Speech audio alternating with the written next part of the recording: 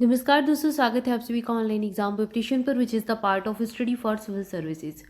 दोस्तों, हम विश्व के प्रमुख संगठन देख रहे थे और इसके हमारे कुछ वन लाइनर बचे हुए हैं जिनको आज हम कंप्लीट करने वाले हैं।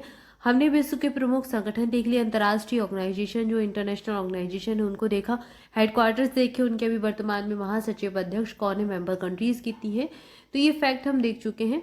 और अभी हमारे कुछ वन लाइनर हैं जिनको हम कंप्लीट कर लेंगे और कुछ संगठन से रिलेटेड कुछ महत्वपूर्ण तथ्य हैं जिनको कंप्लीट करेंगे तो आज आपका ये वाला टॉपिक कंप्लीट होने वाला है, यानी कि जो आपके इंटरनेशनल ऑर्गेनाइजेशन है ये आज पूरी हो जाएंगी। तो आप कोई भी एग्जाम दे रहे हो सबके लिए टॉपिक इंपॉर्टेंट है, हर एग्जाम में पूछा जाता है। चलिए शुरुआत करते हैं। एक टर्म आपको मिलेगा INSTC। इसके अंतर्गत कौन कौन से देश आते हैं, तो इसके अंतर्गत भारत आता है, ईरान आता है, अफगानिस्तान, अजरबैजान, रूस, मध्य एशिया और यूरोप आते हैं। एक है अशगाबाद समझौता, ये कई बार आप न्यूज़ में सुनते होंगे अशगाबाद समझौता। तो ये Kazakhstan, Uzbekistan, Turkmenistan, Iran, Bharat, Pakistan, Oman की सरकारों के बीच में एक अंतर्राष्ट्रीय परिवहन और पारगमन गलियारा बनाने के लिए मध्य एशिया और फारस की खाड़ी के बीच में माल के परिवहन की सुविधा के लिए एक बहुआयामी परिवहन समझौता है। तो ये पारगमन या फिर कहें जो गलियारा बनता है, परिवहन होता है, उससे संबंधित एक समझौता है। समझौता अप्रैल 2016 में लागू हुआ था। तुर्कमेनिस्तान में अशगाबाद समझौते के लिए डिपॉजिटरी राज्य है। भारत औपचारिक रूप से फरवरी 2018 में इसमें शामिल हुआ था। एक आपको मिलेगा यूनाइट अवेयर प्लेटफॉर्म। तो भारत ने संयुक्त राष्ट्र के सहयोग से शांति सैनिक की सुरक्षा और सुरक्षा सुनिश्चित करने के लिए प्रौद्योगिकी मंच शुरू किया था जिसको यूनाइट अवेयर प्लेटफॉर्म कहा जाता है। संयुक्त राष्ट्र की आधिकारिक भाषाएं कई बार वनडे एग्जाम में पूछी गई हैं, तो इनको याद कर लीजिए। FRESCA से याद कर सकते हैं आप, फ्रेस्का से। F फॉर आपकी फ्रेंच हो जाएगी, R फॉर रूसी हो जाएगी, E फॉर हो जाएगी अरबी, E फॉर आप अंग्रेजी ले लीजिए, इंग्लिश ले लीजिए, S फॉर स्पेनिश, और C फॉर हो जाएगी चाइना या फिर चीनी लैंग्वेज हो जाएगी, और A फॉर अरबी हो जाएगी।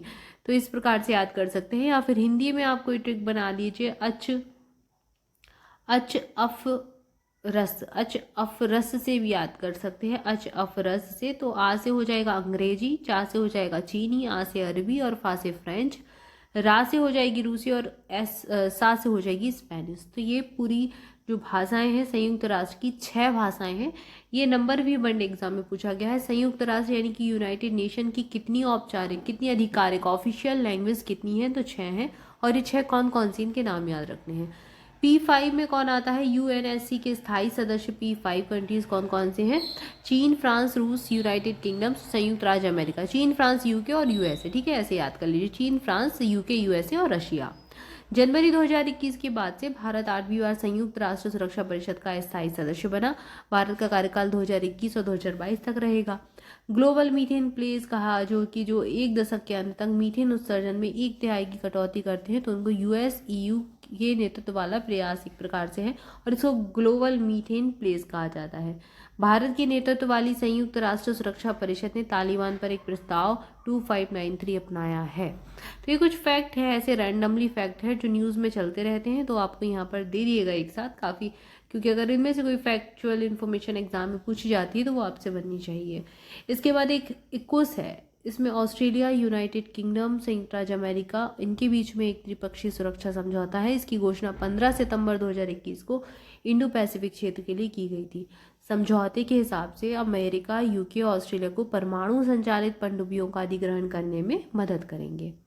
मीथेन कार्बन डाइऑक्साइड के बाद वातावरण में दूसरी सबसे प्रचुर मात्रा में पाई जाने वाली गैस है। मानव और प्राकृतिक स्रोतों सहित मीथेन के विभिन्न स्रोत, मीथेन के मानव स्रोतों के में लैंडफिल, तेल और प्राकृतिक गैस प्रणाली, कृषि गतिविधियां, कोयला खनन, अपशिष्ट जल उपचार और कुछ औद्योगिक प्रक्रियाएं शामिल हैं जिनसे मीथेन का उत्सर्जन होता है। प्रतिज्ञा की घोषणा पहली बार अमेरिका, यूरोपीय संघ द्वारा की गई थी और अनिवार्य रूप से वैश्विक मीथेन उत्सर्जन को कम करने के लिए एक समझौता हुआ था ताकि पॉल्यूशन कम हो सके। इस समझौते का केंद्रीय उद्देश्य वर्ष 2030 तक मीथेन उत्सर्जन को 2020 के स्तर से 30% कम करना है। तो ये आपके लिए थोड़ा इंपॉर्टेंट हो जाता है। इसके बाद नॉर्डिक कंट्रीज कौन कौन सी होती हैं, तो Denmark, Finland, Iceland, Norway, Sweden, इन सबको नॉर्डिक देश या फिर नॉर्डिक कंट्रीज कहा जाता है। और इनका भौगोलिक और सांस्कृतिक क्षेत्र फरो आइसलैंड और ग्रीनलैंड के स्वायत्त क्षेत्र और ऑलैंड का स्वायत्त क्षेत्र, ये सब इसके अंतर्गत आ जाएगा। तो ये पूछा गया है, ये यूपीपीसीएस यूपीपीएससी मतलब इसके लेवल पे पूछे जाते हैं ऐसे प्रश्न।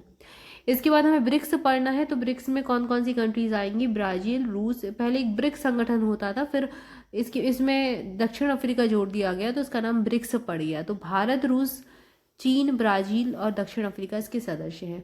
गोल्डमैन सैक्स के अर्थशास्त्रियों ने मूल रूप से अगले 50 वर्षों के लिए वैश्विक आर्थिक रुझानों की भविष्यवाणी करने के उद्देश्य से एक आर्थिक मॉडलिंग अभ्यास के दौरान ब्रिक यानी कि ब्राजील, रूस, भारत और चीन की अवधारणा प्रस्तुत की थी। और ब्रिक शब्द का सबसे पहले यूज किया गया था 2001 में गोल्डमैन सैक्स के ग्लोबल इकोनॉमिक्स पेपर नंबर 66 में the world needs better economics BRICS में किया गया था। ब्रिक ब्राजील, रूस, भारत, चीन देशों के नेता सर्वप्रथम जुलाई 2006 में G8 आउटरीच शिखर सम्मेलन के दौरान रूस के सेंट पीटर्सबर्ग में मिले थे। इसके बाद कुछ समय पश्चात 2006 में ब्रिक्स समूह का औपचारिक रूप प्रदान किया गया। तो 2006 में ये ऑफिशियली बन गया था। ब्रिक्स समूह को पहली बार जो विदेश मंत्री इनकी बैठक न्यूयॉर्क शहर में संयुक्त राष्ट्र विधानसभा में आम बहस के अवसर पर हुई थी।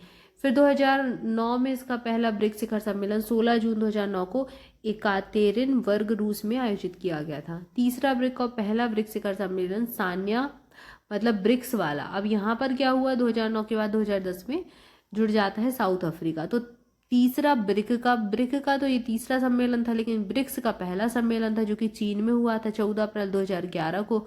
सान्या चीन में आयोजित किया गया था। यहाँ पर मनमोहन सिंह ने इसमें प्रतिनिधित्व किया था, प्रतिनिधिमंडल का, भारतीय प्रतिनिधिमंडल जो था उसका नेतृत्व किया था। शिखर सम्मेलन का विषय था व्यापक दृष्टिकोण और साझा समृद्धि, ये इसका विषय था। शिखर सम्मेलन में सान्या घोषणा पत्र भी जारी किया गया था। फिर सितंबर 2010 की बात बताई गई है कि इसमें दक्षिण अफ्रीका को पूर्ण सदस्य के रूप में हमने स्वीकार कर लिया था। तो ब्रिक्स हो गया, साउथ अफ्रीका और जुड़ गया। और 14 अप्रैल 2011 को मतलब ये तीसरा चीन में हुआ, ये पहले ही पढ़ लिया, सान्या चीन में हुआ था। ब्रिक्स एक अंतर सरकारी संगठन है, ये फैक्ट याद रखें, और जिसमें ब्राजील, रूस, चीन, दक्षिण अफ्रीका, मिस्र, इथोपिया, ईरान, सऊदी अरब, संयुक्त अरब अमीरात, ये सारे सम्मिलित हैं देश। ठीक है। इसके बाद ब्राजील, रूस, चीन, भारत ये सब ब्रिक के संस्थापक सदस्य हैं। 2009 में इनका रूस में पहला शिखर सम्मेलन हुआ था, ये पहले ही दिया, और एक वर्ष पश्चात दक्षिण अफ्रीका इस ग्रुप में शामिल हो गया था।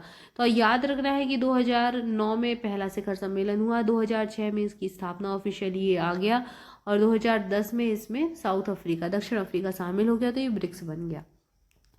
इसके बाद एक संगठन मिलता है ASEAN+3, इसको कहा जाता है ASEAN+3। ASEAN+3 में People's Republic of China, Japan, Korea गणराज्य के साथ 10 आसियान सदस्य देश सम्मिलित होते हैं। तो 10 तो आसियान के देश हो गया, और +3 मतलब कि एक तो पीपल रिपब्लिक ऑफ चाइना है, दूसरा जापान है और तीसरा कोरिया गणराज्य है। APT सहयोग प्रक्रिया दिसंबर 1997 में आरंभ हुई थी। तब से पूर्वी एशियाई समुदाय की स्थापना के व्यापक उद्देश्य के साथ पूर्वी एशियाई सहयोग का संवर्धन करने के लिए प्राथमिक तंत्र के रूप में इसको विकसित किया गया था, और आसियान प्रेरक शक्ति के रूप में इसमें केंद्रीय भूमिका निभाता है। APT के इस क्षेत्र में सबसे व्यापक सहयोग तंत्र में से एक के रूप में ये विकसित हुआ है, और APT के भीतर राजनीतिक सुरक्षा और व्यापार, निवेश, वित्त, ऊर्जा, पर्यटन, कृषि, वानिकी, पर्यावरण, शिक्षा, स्वास्थ्य, संस्कृति, कला जैसे विभिन्न क्षेत्रों में सहयोग निरंतर विस्तारित होता रहता है और गहरा हुआ है। मतलब इन सारे क्षेत्रों पर कुल मिलाकर ध्यान दिया जाता है। इसके अतिरिक्त APT जो है इसके अंतर्गत कार्यान्वयन के लिए सहायता प्रदान करके APT आसियान कम्युनिटी विजन 2025 को साकार करने में भी सहयोगी की भूमिका निभाता है। APT का मतलब यहाँ पर वही है ASEAN+3।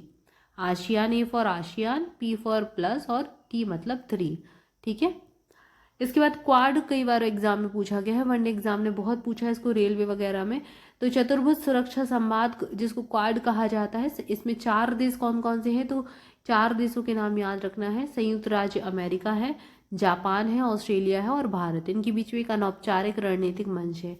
क्वाड या एशियाई नाटो इसको कहा जाता है। 2007 पहली बार, 2008 तक चला, और 2017 नवंबर में वार्ता के बाद फिर से इसको स्थापित किया गया। Intergovernmental security forum region Indo Pacific प्रकार का ये है।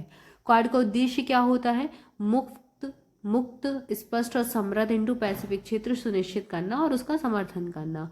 तो इंडो पैसिफिक क्षेत्र के लिए ये बनाया गया। हिंद महासागर क्षेत्र में 2004 में सुनामी के दौरान जो क्षेत्र है इस देशों की प्रतिक्रिया और सहायता के समन्वय के लिए क्वाड एक साथ अपनाया गया था या फिर सामने आया था। कुल मिलाकर हिंद महासागर क्षेत्र में 2004 की जो सुनामी है इस क्षेत्र में देशों की प्रतिक्रिया और सहायता के समन्वय के लिए क्वाड एक साथ आया था। क्वाड अधिकारियों की पहली बैठक मई 2007 में फिलीपींस में आसियान क्षेत्रीय मंच के शिखर सम्मेलन के मौके पर हुई थी। 10 साल के अंतराल के बाद कनेक्टिविटी मुद्दों पर परामर्श के लिए क्वाड अधिकारियों ने पूर्वी एशिया शिखर सम्मेलन के दौरान नवंबर 2017 में मनीला में फिर से मुलाकात की और समुद्री सुरक्षा, आतंकवाद निरोध, स्वतंत्र और खुले इंडो पैसिफिक के लिए साझा सिद्धांत और एशिया में प्रसार के खतरे, ये कुल मिलाकर इनके मुद्दे थे जिन पर इनको काम करना है। नरेंद्र मोदी जी ने 24 सितंबर 2021 को वॉशिंगटन डीसी यूएसए में पहले व्यक्तिगत क्वाड लीडर शिखर सम्मेलन में भाग लिया था और ये काफ़ी चर्चा में रहा था उस समय। इसके बाद एक है अफ्रीकी संघ, AU जिसको कहा जाता है। इसके बारे में आप पहले भी फैक्ट कुछ पढ़ चुके हैं, लेकिन यहाँ पर कुछ डिटेल देख लीजिए। तो ये महाद्वीपीय निकाय है, इसमें 55 सदस्य देश हैं। अफ्रीका महाद्वीप के देशों को ये मिलकर बनाया गया है और इसे आधिकारिक तौर पर 2002 में अफ्रीकी एकता संगठन के उत्तराधिकारियों के रूप में लॉन्च किया गया था। मई 1963 में स्वतंत्र अफ्रीकी राज्यों के 32 प्रमुखों ने अदीस अबाबा इथियोपिया में अफ्रीका की आज़ादी के बाद की पहली महाद्वीपीय संस्था the organisation of African unity बनाने वाले चार्टर पर हस्ताक्षर करने के लिए मुलाकात किया था और अजाली असोमानी अफ्रीकी संघ के वर्तमान में अध्यक्ष हैं। ठीक है, तो ये हमने देखे कुछ संगठन देख लिए जिनको हमने डिटेल में देख लिया। तो यहाँ पर हमारा ये टॉपिक कंप्लीट हो जाता है। इसके बाद हम नेक्स्ट टॉपिक स्टार्ट करेंगे अगली वीडियो से। तब तक के लिए आप सभी चैनल के साथ जुड़े रहें। आई होप वीडियो अच्छा लगा होगा। जल्दी से वीडियो को लाइक कर दें, कमेंट करके बताएं वीडियो कैसा लगा और नेक्स्ट आप कौन सा टॉपिक पढ़ना चाहते हैं। मोर अपडेट के लिए हमारा टेलीग्राम ग्रुप ज्वाइन कर सकते हैं, लिंक आपको डिस्क्रिप्शन में मिल जाएगी। सारे अपडेट, नोटिफिकेशन सारा कुछ वहीं मिलता है। इसके अलावा स्टडी फॉर सिविल सर्विसेज के अगर पेड बैचेस से जुड़ना चाहते हैं तो डिस्क्रिप्शन में आपको कॉन्टैक्ट नंबर दिए गए हैं, उन पर कॉल करके आप इन्फॉर्मेशन ले सकते हैं। स्टडी फॉर सिविल सर्विसेज का UPPCS UPPSC 2024 प्रीलिम्स के लिए टेस्ट सीरीज स्टार्ट हो चुकी है, जिसमें आपको 35 टेस्ट मिल रहे हैं, टॉपिक वाइज मिलेंगे, प्लस आपको FLT फुल लेंथ टेस्ट भी इसमें दिए जाएंगे। सारा कुछ सिलेबस के अकॉर्डिंग है, बायलिंगुअल रहेगा, तो किसी भी माध्यम के आप हो इसको ज्वाइन कर सकते हैं। ज्वाइन करने के लिए आपको करना यही है कि डिस्क्रिप्शन में जो कॉन्टैक्ट नंबर दिए गए हैं, सारे स्टेप्स दिए गए हैं, उन्हीं को आप फॉलो कर सकते हैं। Thank you for watching this video. Thank you so much.